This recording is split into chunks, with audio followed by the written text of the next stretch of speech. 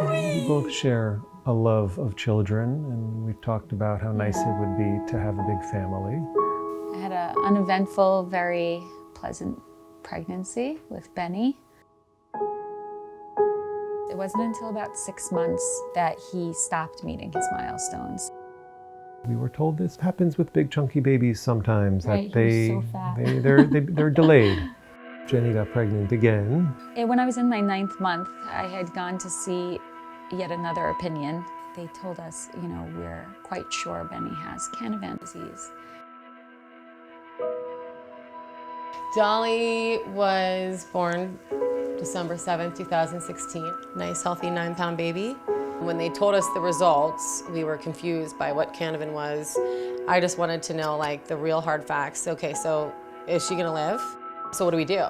And their answers were nothing. I'm really sorry, but nothing.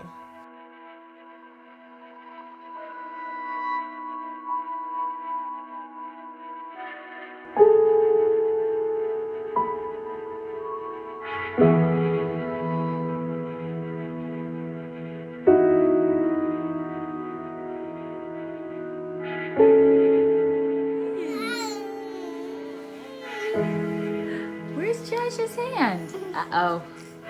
Uh-oh, it's stuck under Benny. It's stuck under Benny. There it is. Uh-oh. So we're trying to take this all in and understand what this means, and processing the idea that we might not have these babies for a very long time. And I remember thinking, not that it's any consolation, so to speak, but thinking that there's no way that Josh has it. I mean, this 2-week-old baby he's moving all over the place, his neck and his arms, and there's no way. That can't happen to us twice. And they told us it would take 14 days. Exactly 14 days. And exactly 14 days later, Jenny called me and she said, they both have it. So much fun.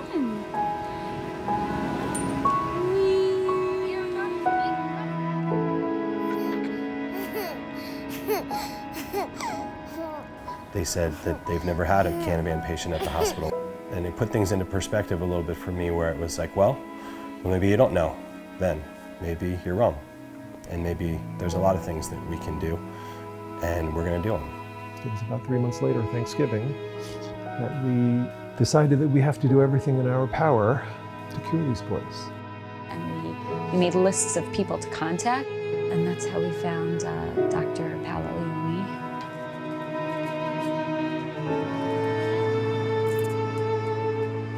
My entire career has been spent working on Canavan disease with patients as well as in the lab, studying the animal models of Canavan disease and developing treatments.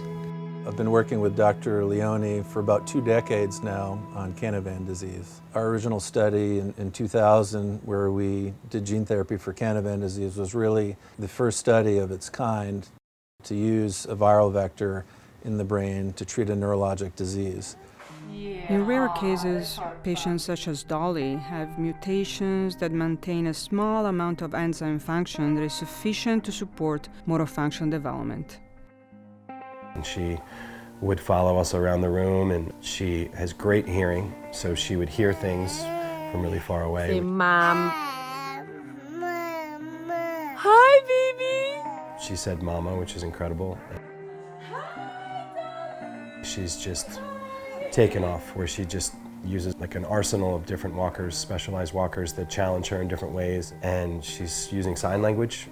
In Benny and Josh, enzyme function is completely lost, and so is motor function.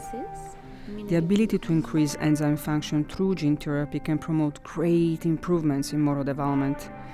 So this gives us confidence and hope that achieving global corrective gene expression in target cells throughout the brain would prove as an effective treatment and possibly a cure.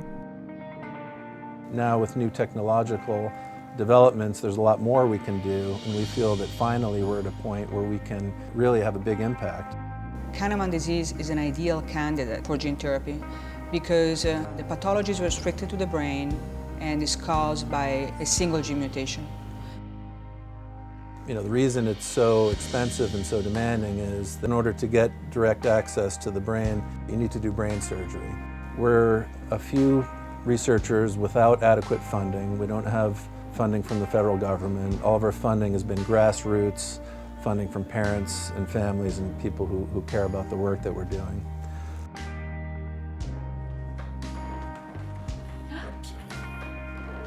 This will be the first time that this targeted therapy for white matter disease will be introduced into the human brain. And this is going to be a game changer, not just for Canavan disease, but for a number of other diseases, multiple sclerosis, brain tumors, and many other conditions. We have a great deal of potential that we need to explore, but we need to start somewhere. Canavan will be the model for this unique gene therapy product.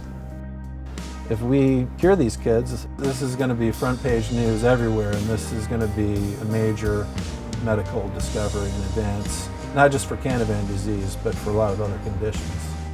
And so at this point, more than ever, I need people who are just interested in helping us to the finish line.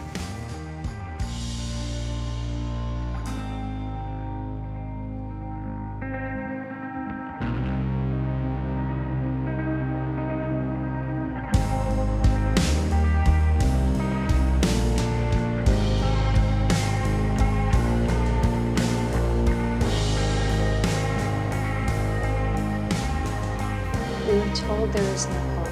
We were told she would never talk. We were told we would never walk.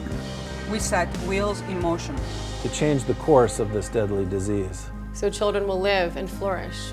Please help us build a future. Where children can be cured. We can make it. We can make it. We can make it. We can make it together. We can make it together.